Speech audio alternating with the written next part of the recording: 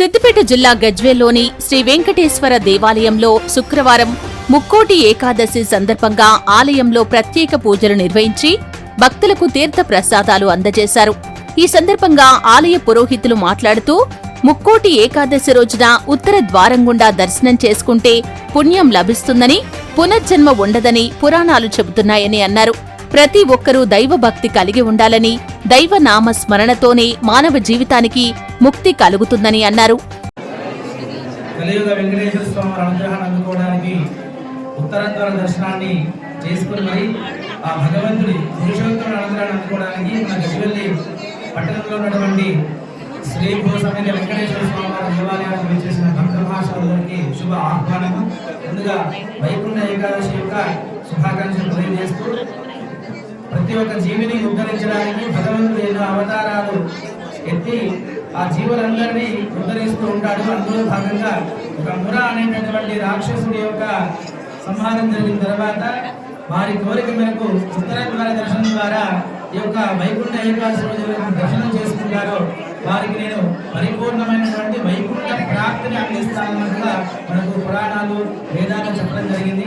స్వయంగా భగవంతుని అందించినటువంటి ఉత్తరాంధ్ర దర్శనం ద్వారా ఎవరైతే ఈ రోజు దర్శనం చేసుకుంటారో ఉత్తమమైనటువంటి ఈ స్థితి కాకుండా ఉత్తమమైనటువంటి స్థితిని చేరుకుంటారంటే వైకుంఠానికి వెళ్ళే అవకాశం కలుగుతుంది, భగవంతుడు అనుగ్రహిస్తారని ఈ రోజు అందరూ విశ్వసిస్తూ ఉంటారు. కోట్లాది మంది దేవతలు అనేక దేవాలయాలు విష్ణు ఆలయాలు ఈ రోజు భగవంతుని దర్శించుకుంటూ లక్ష్మీనారాయణ అనుగ్రహాన్ని శ్రీమన్నారాయణ అనుగ్రహాన్ని అందుకుంటూ ఉంటారు. కాబట్టి అందరూ తప్పకుండా ఇలా కార్యక్రమంలో పాల్గొని స్వామి అనుగ్రహాన్ని అందుకోవాల్సిన సూచన.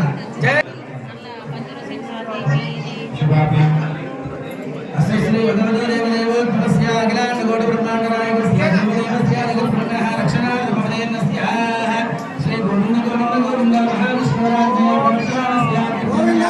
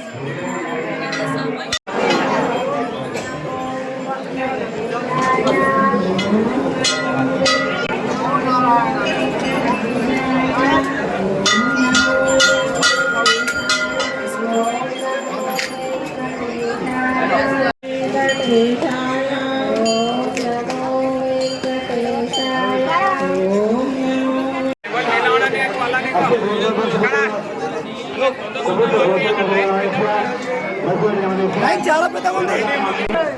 సాయి కదా నిలబెట్టుకోవాలి.